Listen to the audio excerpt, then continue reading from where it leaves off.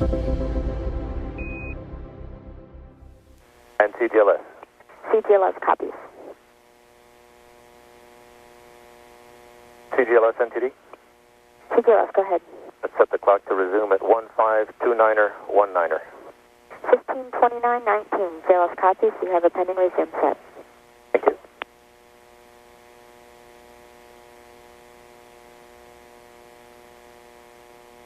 SPE NTD. Testing on 212. The status of our one remaining constraint. Let's see, Steve. Lots of detailed discussions over on 245, the build and rationale. I actually have the first copy of LCC waiver to ISO 1. The plan is to go ahead and verbalize that one last time over on 245, make sure we got everybody's concurrence for the rationale. And once we do that, I have already coordinated with CMTC. We will go ahead and defer that IPR real time over on 212, and we'll follow up with a program-approved waiver paperwork-wise later. Okay, what's your estimate on time? Will we make it before end of hold?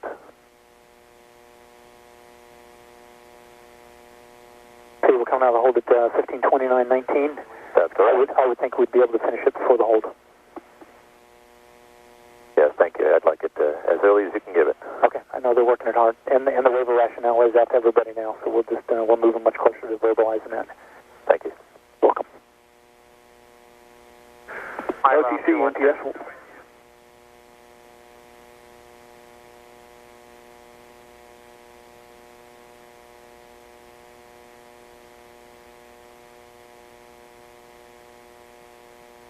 OTC, CMPS, 212. Yes? Yeah, I'd like to give you a step 1100 complete. NTD, CLHY, and CLOX, you all copy? TD copies. CLOX copy. CLHY copy.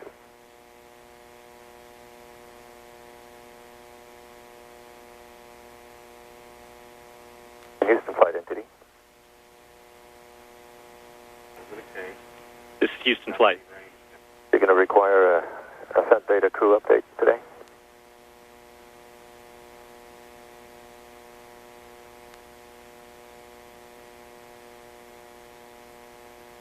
OTC, CHD. HCD. Yeah, I can give you step 1125 at this time. NTD Houston flight, there are no updates required. Copy, no updates required. Copy 1125.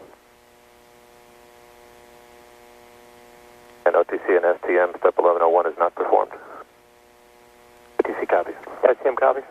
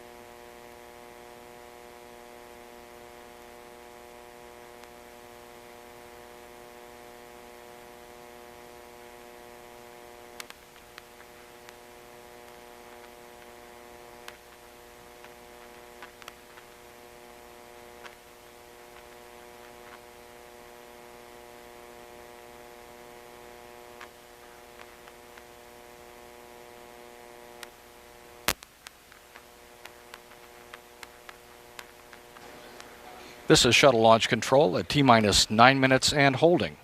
About 25 minutes remain in this hold. Discussions are still underway in the Launch Control Center regarding ice that was found on the liquid hydrogen umbilical on its outboard side. Discussions have been continuing for the last several minutes, and the good news is that the ice appears to be dissipating or melting.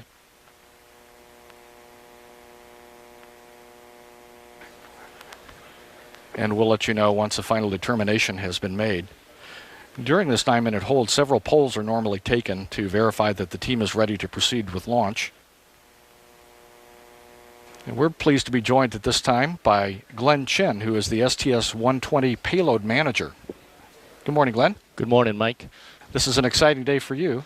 It is so, and we're looking forward to see Harmony go into orbit to join up with the International Space Station, and things are looking really good. It is looking really good. Hopefully everything will converge this morning. We have a video that we've assembled and would like for you to talk to us about regarding the arrival of Harmony and getting her ready to go to flight. Okay, sure. We'll roll that video right now. So we see the Super Transporter by Airbus coming in on the SLF landing site, and this is the what they call a Beluga aircraft. And Node 2 was shipped from Italy. As you know, it was built by Alenia Spazio, which is now Thales Alenia. And you see it being brought into the SSPF, where it was processed for the past 4 years, over 4 years. The Harmony module is going to be the home for the Japanese module Kibo, and also for the Columbus module, which is the next flight up. And here you see the technicians bringing it into the SSPF, lowering it into its test stand. It will be used to process for the next 4 years. In a bit here we'll fast forward through the 4 years, and we'll see the Harmony module. Here it is now transported down the transfer aisle, getting ready to go to the canister for its trip to the pad to be integrated into the Discovery OV-103 orbiter. You can see the NASA and ESA logos on the module. Here's the canister going vertical. It's coming out of the canister rotation facility in the wee hours of September 27th when it went to the pad. And it took roughly a couple hours to get to the pad in the canister transport system.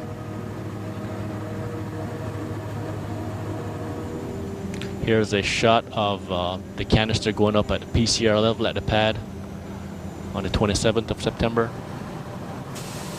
And the canister is hoisted to the PCR, where we transfer the payload Harmony and using the PIGM system. And we use a PIGM, which is the payload ground handling mechanism, to insert it into the payload bay of the orbiter. And here's an overall shot where the canister is being hoisted very slowly and carefully to the PCR level. Here's a shot of the OPF High Bay 3, where we have the spare ORU orbital replacement unit for the main bus switching unit being inserted and installed into the payload bay of the orbiter on the starboard side. And technicians are gently lowering it and hoisting it. And here it is hard down, and they're doing the torquing of the payload into the bay. And here we have the TSA, which is basically a toolbox for the TRAD DTO. TRAD was basically the late add to the mission for the tile repair demonstration, and here's the toolbox being added to support that DTO, which is basically a detailed test objective. And here's a shot of the orbiter at the pad, and the Harmony vertically integrated into the payload bay of the orbiter. And here we are. It's a beautiful sight. There you go. It will be even more beautiful in a few days once we're on orbit and Harmony is attached to Unity. Indeed it will, and we're just anxious to see it go. It's going to be an exciting flight. Lots of folks have been watching the process for quite a long time, as this Harmony module will open the door to international science from our European Space Agency and Japanese international partners. Indeed it is, and we're very happy and very proud to see Harmony go, and very proud of the team that's worked for the past few years to get to where we are today. Very good. Okay, and thank you, Mike. Thank you. Okay. Thank you, Glenn. Thanks for joining us. Thank you.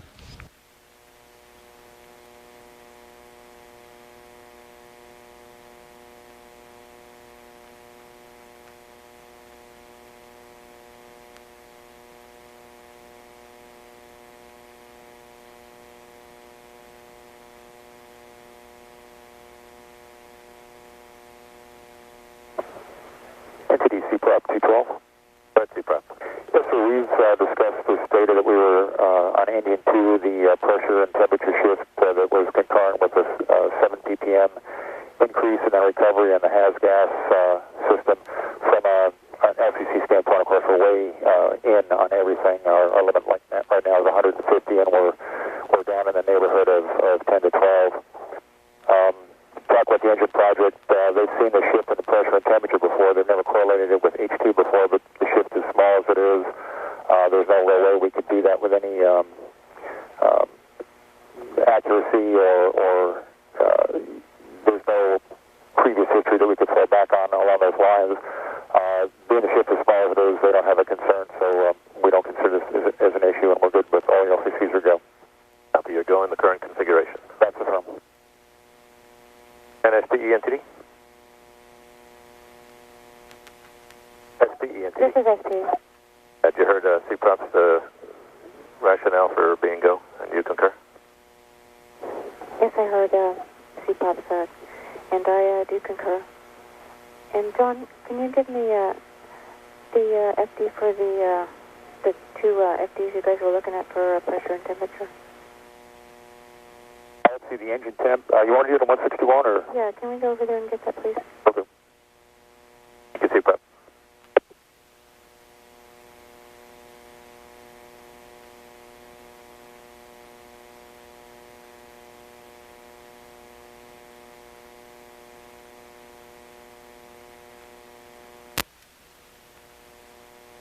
This is Shuttle Launch Control. We're still in the T-minus 9-minute hold with about 18 minutes remaining in the hold. And we're happy to be joined at this time by Discovery Flow Director Stephanie Stilson. Good morning, Stephanie. Good morning. Great to be here. It's a wonderful day. Beautiful day to launch. We are, things look like they may be converging. We're less than 30 minutes away from our launch time at 11:38 a.m. Eastern Time. I know that you have a very exciting job, and Discovery is your ship, and this is a particularly proud day for you. Absolutely. I know that you worked with the television folks to put together a video, and we'd like to go ahead and play that now and have you discuss what's transpired. That'd be great. Ready to go. Okay, we'll roll the video. At the end of July, External Tank 120 arrived by barge from the Michoud Assembly Facility in Louisiana. The function of the tank is to provide propellants to the 3 Space Shuttle main engines. At the turn basin, we use the external tank transporter to move the tank out of the barge and over to the vehicle assembly building. Here you can see the aft attach point and propellant feed line of the aft of the tank. The other end is the nose cone, which has the liquid oxygen vent valve and fairing. The outside of the tank is covered in a polyurethane foam that protects it from extreme temperature variations. Although it looks like one big tank, it is actually made up of 2 tanks. The liquid oxygen tank is at the top, and the hydrogen tank is at the bottom. It takes us approximately 2 hours to move from the turn basin to the vehicle assembly building. The tank is 154 feet long, 27.5 feet in diameter, and holds over 500,000 gallons of propellant. Once the tank is located in the vehicle assembly building, we attach the sling and start the process of lifting the tank into the test and checkout cell. This is done using a 325-ton and 175-ton crane. The tank weighs over 58,000 pounds empty and takes approximately 12 hours to place the tank in the checkout cell. Once in the checkout cell, the tank is inspected and prepared for being mated to the solid rocket boosters.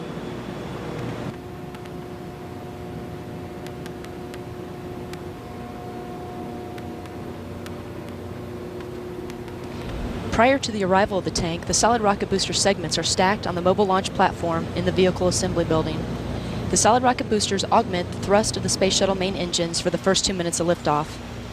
Once stacking of the boosters is complete and the tank has been checked out, we begin the process of moving the tank from the test and checkout cell to the integration cell to be mated to the boosters. Running down the side of the tank, you can see the liquid oxygen feed line. You can also see the aft bipod connection points for the orbiter. The 325-ton crane lowers the tank down into position so that it can be bolted to the solid rocket boosters. We have technicians located on platforms around the boosters monitoring the lowering process to ensure the tank is in the exact position required. Here you can see the liquid oxygen feed line and the repress line and cable tray running down the side of the tank. While all of this is happening in the vehicle assembly building, the orbiter is being readied in the orbiter processing facility. The Space Shuttle main engines are removed and refurbished after every mission, and here we see them being reinstalled. Installing engines is a very slow and methodical process of making sure everything is lined up correctly as the engines are inserted into the aft compartment. Each engine is 14 feet long and 7.5 feet wide, providing 375,000 pounds of thrust during liftoff. When all the work in the mid-body of the orbiter is complete, we close the payload bay doors for rollover to the vehicle assembly building. Before closing the doors, we have to retract and stow the KU-band antenna. This is one of the antennas that allows the astronauts to communicate with the team in mission control while in orbit. The motors that drive the movement of the payload bay doors are designed to work in microgravity and are therefore not strong enough to close the doors under the pull of gravity here on Earth. So we have what we call a zero-gravity or zero-G system to assist the doors with closure. The yellow structure that you're seeing here is part of that zero-G system.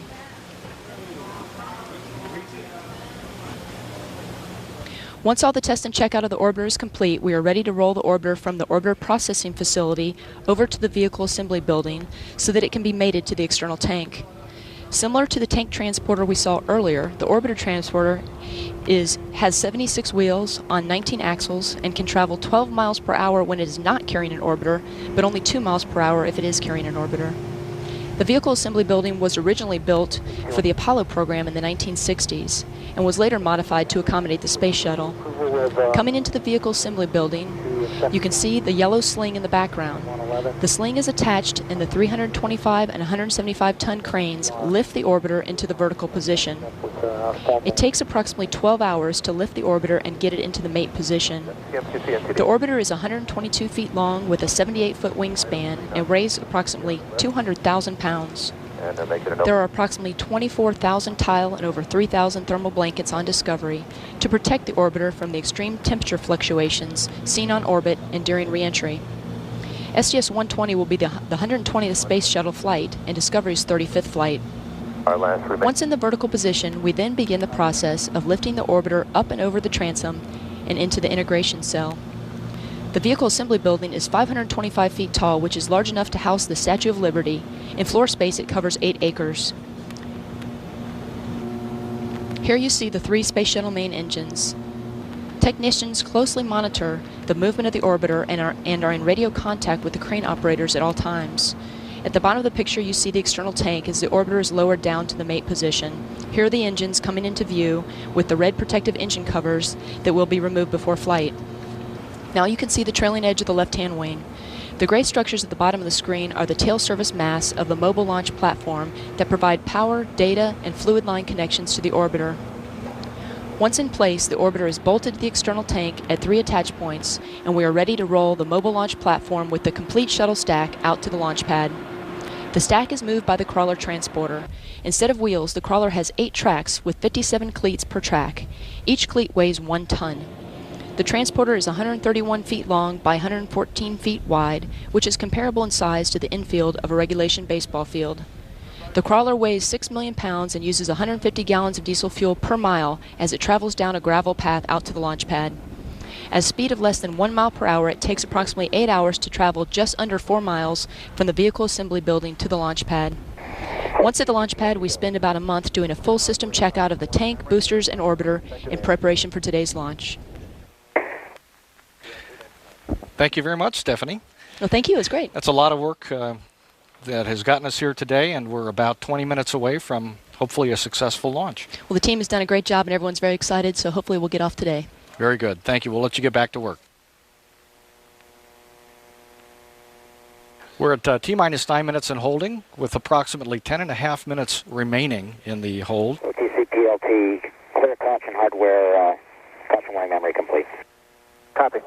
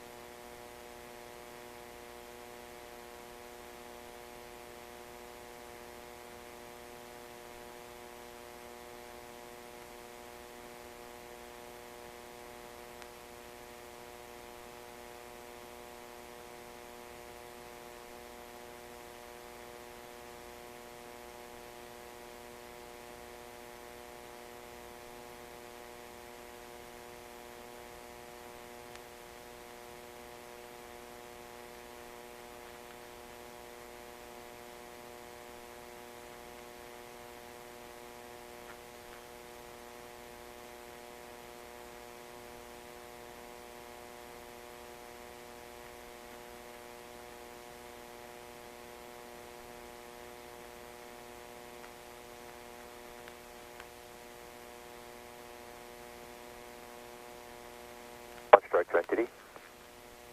Launch Director. Could you give us the update, latest on weather, sir? I understand we're going to be go. Yes, sir. All is looking well. And the vehicle is clean at this point. Concur.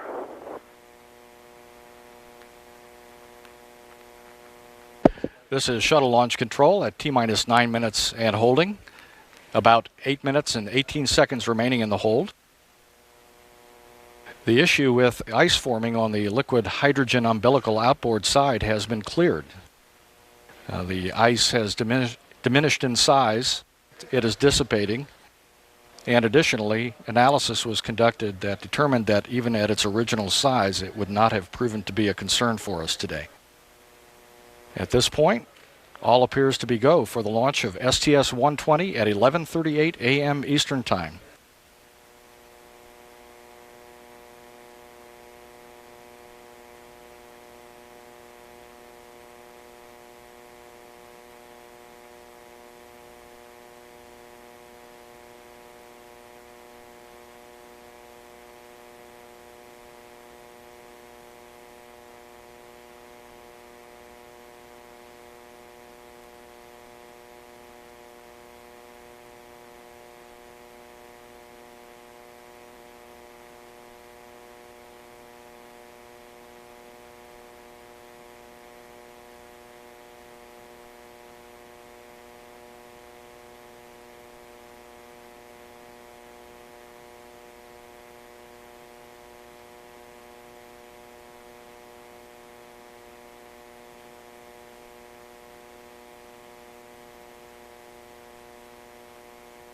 This is Shuttle Launch Control, T-minus 9 minutes and holding.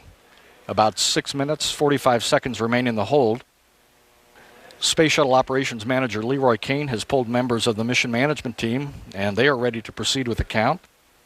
NASA Test Director Steve Payne has completed his poll of the various test conductors, including those responsible for the vehicle, the spacecraft, the range, the tracking stations, and all is looking good. Shuttle Weather Officer Kathy Winters has cleared us for launch from a launch perspective, and Houston's Spaceflight Meteorology Group is also go for return to launch site and TAL weather. So, JRPS and Houston Flight performed the L-15 recorder activation. ISO? ISO copies and word. RPS? JRPS. And Houston Flight. Houston Flight copies, we'll put it in work. MS-1 OTC. OTC, MS-1. Activate the V10 recorder. In work.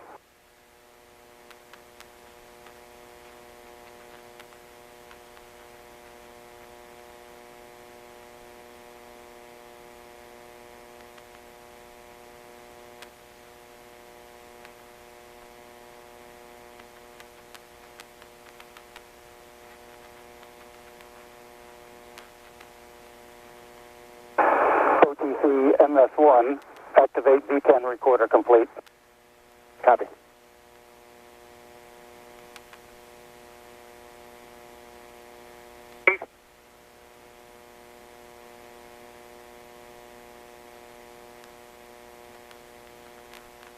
And attention on the net. This is ENTD conducting the launch status check.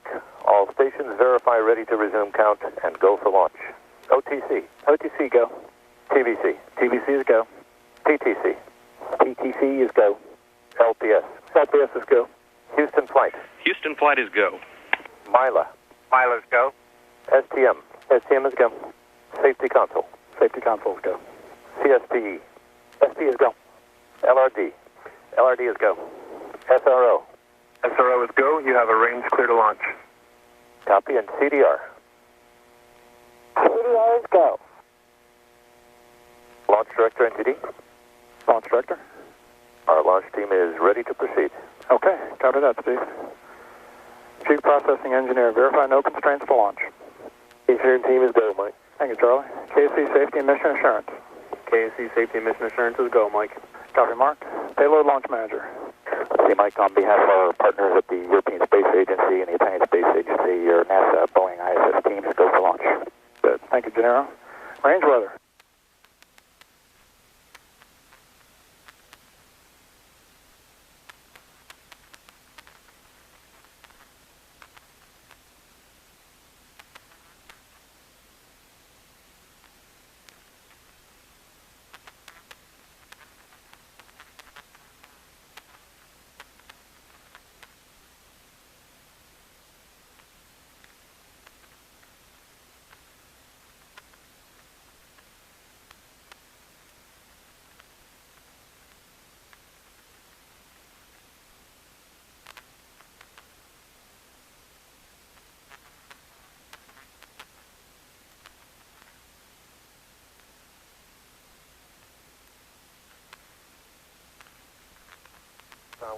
Clock will start in 3 minutes.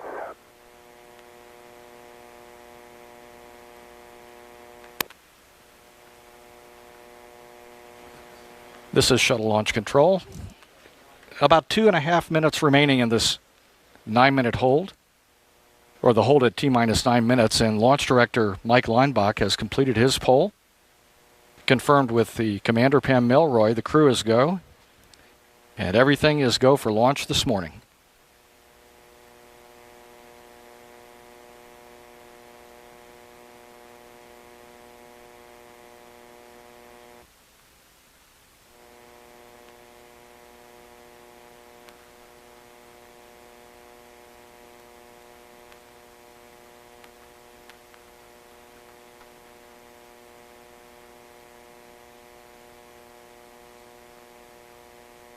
The countdown clock will start in 2 minutes.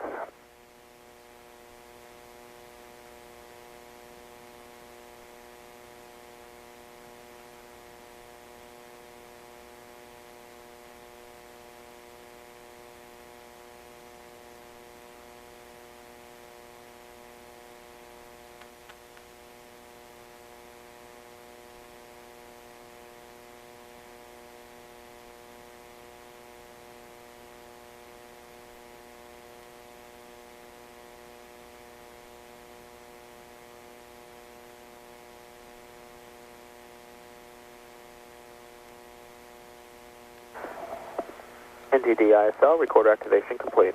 Copy, activation complete.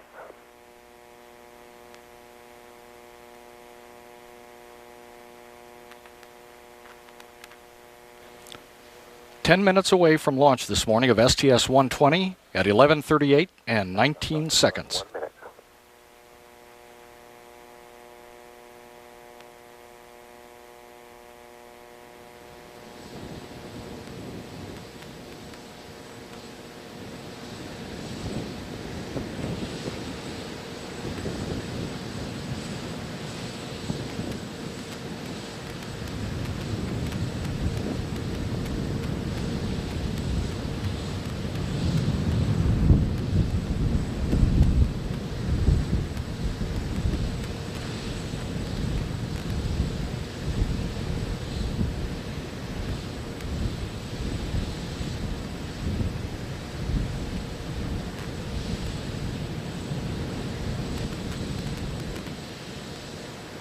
This is Shuttle Launch Control. We're just a few seconds away from resuming the countdown for the launch of Space Shuttle Discovery today. 3, 2, 1, mark. And we're at T-minus 9 minutes and counting.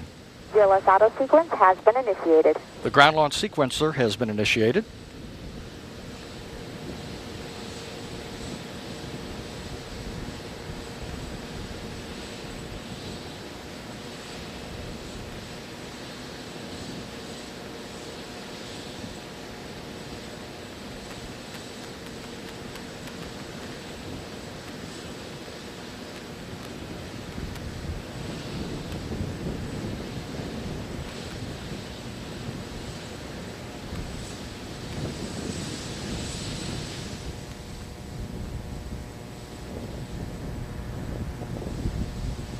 T-minus 8 minutes, 13 seconds and counting. Connect essential buses to fuel cells per your checklist. OTC, PLT, that didn't work. Pilot George Zamka is now flipping switches in the cockpit to directly connect the 3 fuel cells to the essential power buses. OTC, PLT, essential buses connected to fuel cells.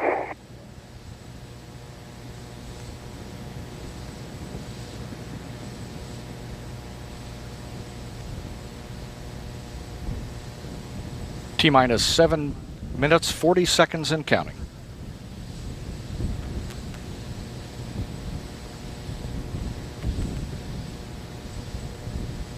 GLS's go for orbiter access arm rechecked.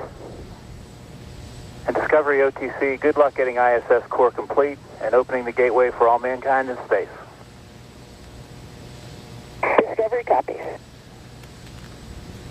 Words to Pam Melroy from Orbiter Test Conductor John Craxon here in the Launch Control Center, and we see that the orbiter access arm is now being retracted away from the vehicle. This is the walkway used by the crew to gain entry into and out of Discovery, and it could be returned to position within seconds if it were necessary.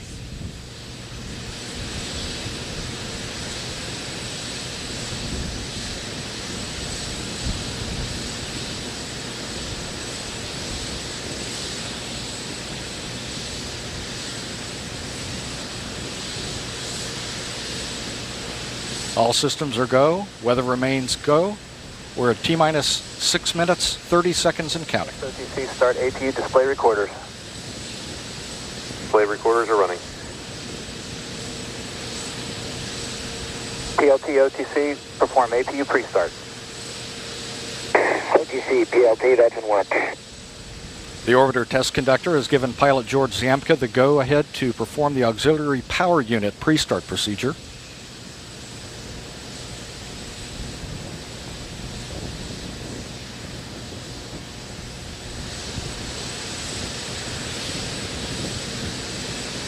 OTC, PLT, APU pre-start complete, 3 grade talkbacks. Copy. T-minus 5 minutes, 45 seconds and counting. All 3 APUs standing by for the start sequence.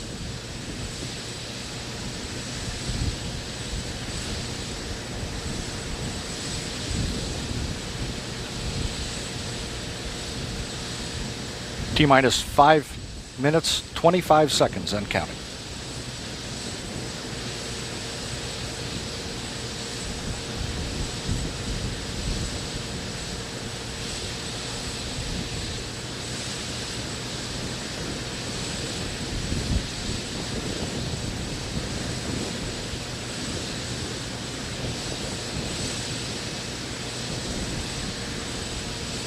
T-minus 5 minutes and counting. Go for orbiter, APU start. PLT, OTC, perform APU start. OTC, PLT, that's in work. CDR, OTC, reconfigure heaters. We have a go for APU start, and the commander has been asked to turn off flash evaporator feed line heaters. T-minus 4 minutes, 40 seconds and counting.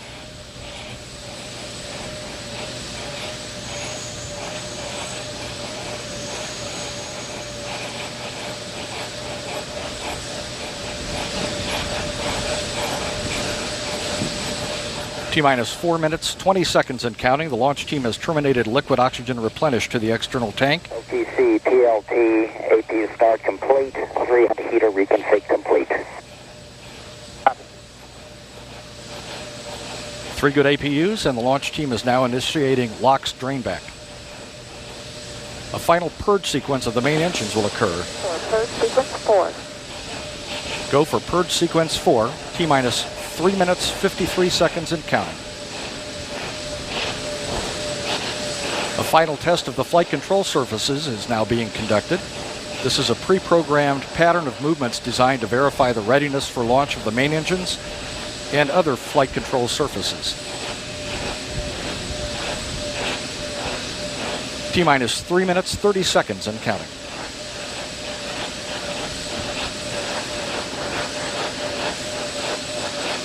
Final aero surface checks of the orbiter's wing elevons and rudder are completed. This verifies the orbiter's hydraulic systems are functioning properly. The 3 main engines are now being gimbaled as a final test before launch.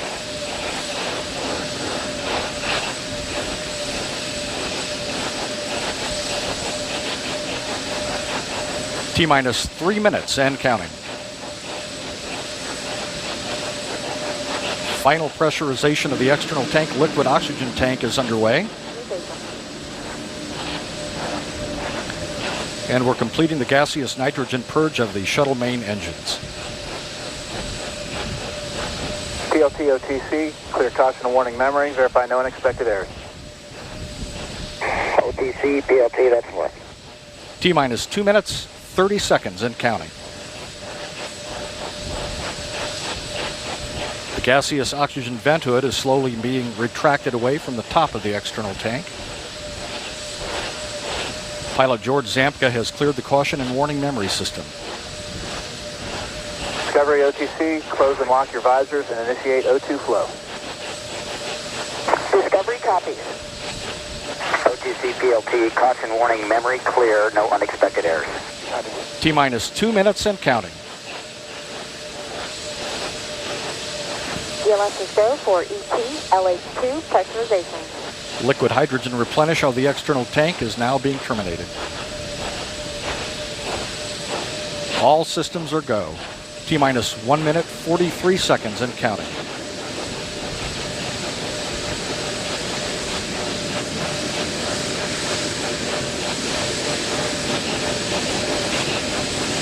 One minute, 30 seconds.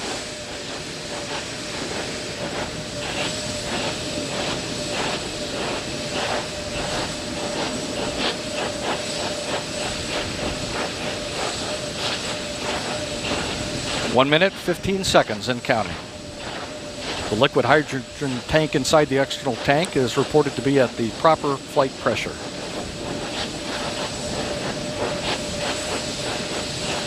T-minus 1 minute and counting. The ground launch sequencer will verify that the 3 main engines are ready to start.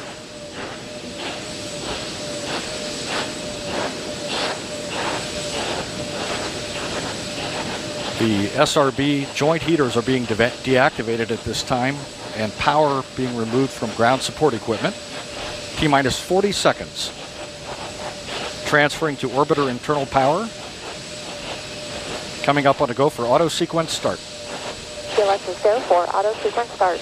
And we have a go for auto sequence start. Discovery's onboard computers have primary control of all the vehicle's critical functions. T-minus 20 seconds. T-minus 16 seconds. Sound suppression water system has been activated, protecting Discovery and the launch pad from acoustical energy. We have a go for main engine start. T-minus 5, 4, 3, 2, 1. Booster ignition and liftoff of Discovery, hoisting harmony to the heavens and opening new gateways for international science. Discovery has cleared the tower. Houston now controlling. Roll program. Roger, roll, Discovery. Discovery's roll maneuver is complete. It's now in a heads-down position on track for its flight to the International Space Station.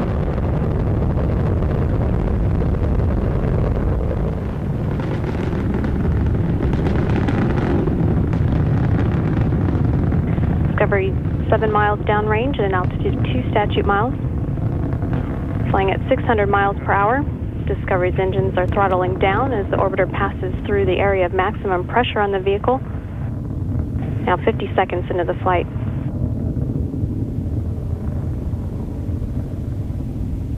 Discovery 8 miles downrange from the Kennedy Space Center at an altitude of 6 statute miles, flying at 900 miles per hour.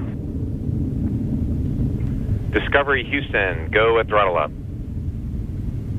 Copy, go at throttle up. The 3 engines on board are throttling back up. At liftoff, the fully fueled shuttle boosters and external tank weighed 4.5 million pounds. The total thrust at launch was 6,425,000 pounds. Discovery now 13 miles downrange at an altitude of 13 statute miles, flying at 1,700 miles per hour. All systems continue to function well. 3 good main engines, 3 good power generating fuel cells, and 3 good auxiliary power units for the hydraulic system. Discovery now 24 miles downrange at an altitude 23 statute miles, flying at 2,700 miles per hour. 1 minute 58 seconds into the flight, standing by for burnout and separation of the solid rocket boosters. Combined, the twin boosters provide 5.3 million pounds of thrust to propel the orbiter towards space. Booster officer here in Mission Control confirming the booster separation.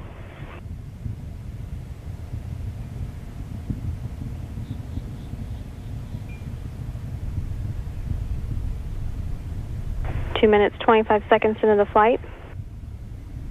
The propulsion officer here confirms that the orbital maneuvering system engines are firing, providing Discovery with an extra boost to orbit. Discovery now 58 miles downrange at an altitude of 40 statute miles, flying at 3,300 miles per hour. Discovery Houston, 2-engine Maroon. Copy, 2-engine Maroon. Discovery can reach Marone in the event of a single engine failure. However, all 3 main engines are still operating well. 3 minutes, 5 seconds into the flight, Discovery at an altitude of 47 statute miles, 85 miles downrange from the Kennedy Space Center, flying at 3,800 miles per hour.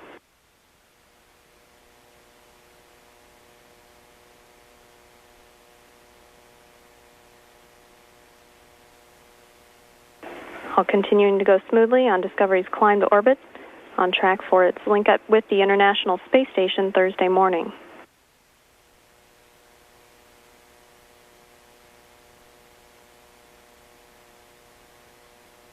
3 minutes and 40 seconds into the flight, Discovery now 124 miles downrange at an altitude of 57 statute miles, flying at 4,600 miles per hour.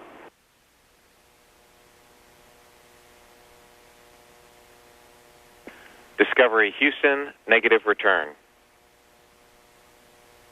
Copy, negative return. Discovery is now flying too high and too fast to return to the Kennedy Space Center and the shuttle landing facility in the event of an engine failure. However, all 3 main engines still continuing to function well. Discovery at an altitude of 62 statute miles, flying 172 miles downrange from the Kennedy Space Center at 5,400 miles per hour.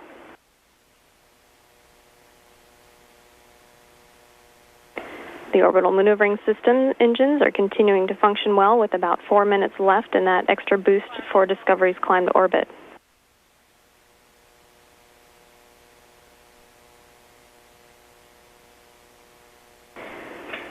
Now 4 minutes and 45 seconds into the flight, the Environmental Systems Officer confirms that the flash evaporator system has been activated to provide cooling before the payload bay doors are opened in orbit.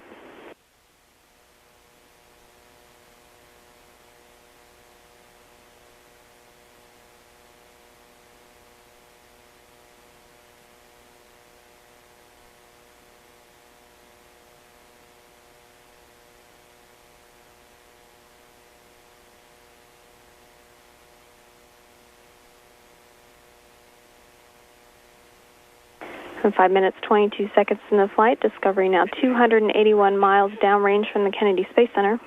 Discovery Houston, press to ATO, select Istris. Copy, press to ATO and we'll select Istris. Discovery can now reach a lower than planned. Single engine ops 3. Copy, single engine ops 3. Discovery could now reach a lower than planned but a safe orbit on 2 engines should one fail, but all 3 continuing to perform well. The vehicle could also conduct a transatlantic abort landing on 1 engine should 2 fail at this point.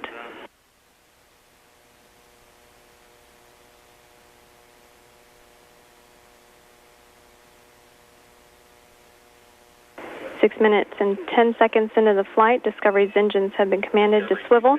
Single engine Istris 104. Your shutdown plan is nominal. Your go for the plus X. Go for the pitch. Copy all. Discovery Houston, press to MECO. Press to MECO. Discovery is now in a heads-up position and can reach the planned orbit on 2 engines. All 3 engines continue to operate well. Now 6 minutes and 43 seconds into the flight. Discovery at an altitude of 66 miles, flying at 10,700 miles per hour.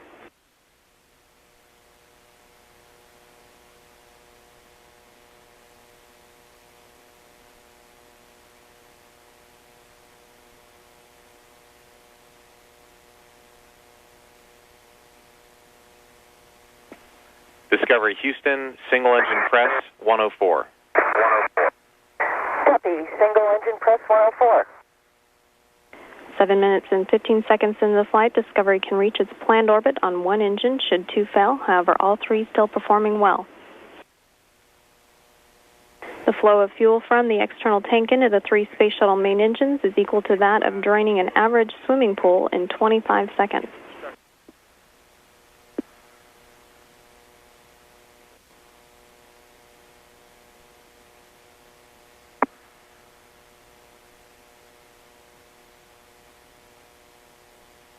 Discovery's engines are now throttling back to maintain structural limits on the orbiter as it approaches loads near 3 times gravity.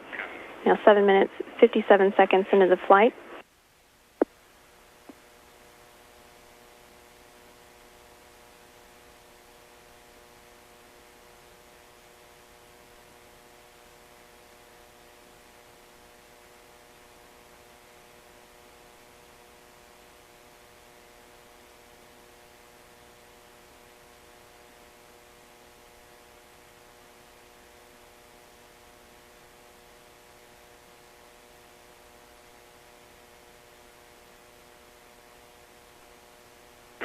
Main engine cutoff confirmed, now 8 minutes and 35 seconds into flight.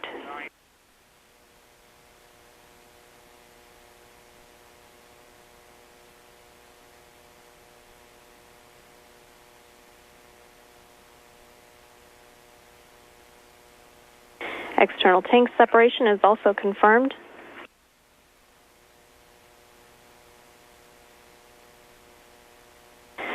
Nine minutes into the flight, Discovery and her crew now in orbit. Commander Pamela Melroy, pilot George Zamka, flight engineer Stephanie Wilson, mission specialist Doug Wheelock. Discovery Houston, that was a nominal MECO. OMS 1 is not required. We'll meet you in the post-OMS 1 tab.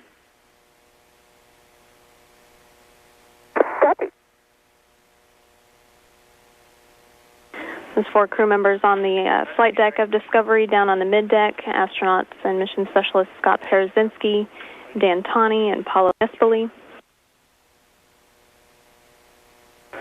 Zamka, Wheelock, and Nespoli experiencing their first flight. Crew members on board Discovery will set up now for the handheld photography with the plus X and pitch maneuver of Discovery to gather images of the external tank as it falls away. The crew members using a still camera and a mini digital video camera.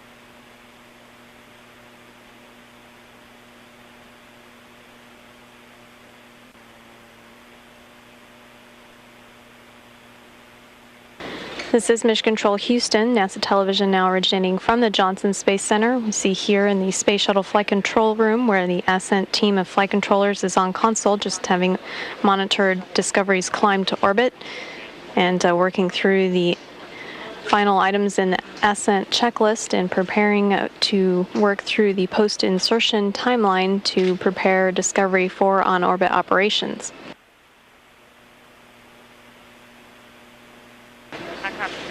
This view shows the consoles of the flight directors and Capcom, or spacecraft communicators.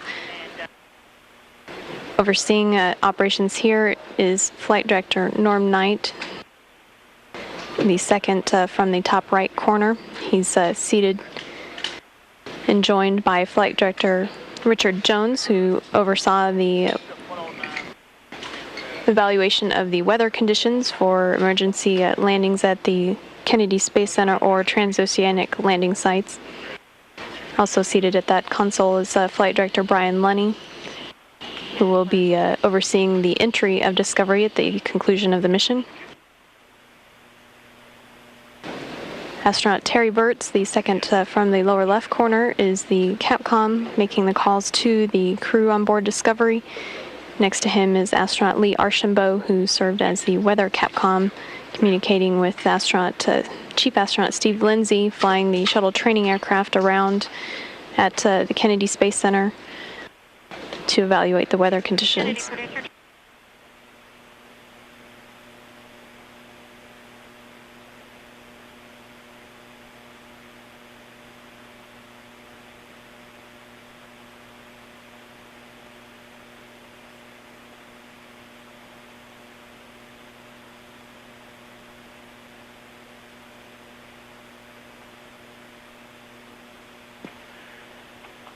Discovery Houston, your go for APU hide shutdown. Tail-only control is not required. Your preliminary TIG is 37:15. Copy all, TIG 37:15.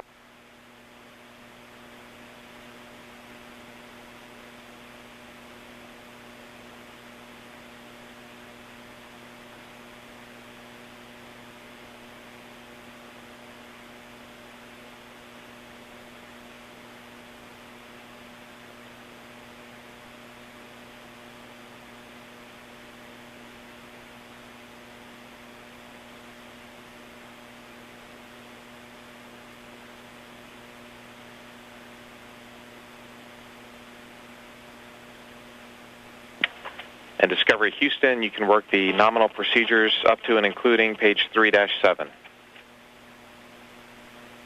Okay, we'll put that in work.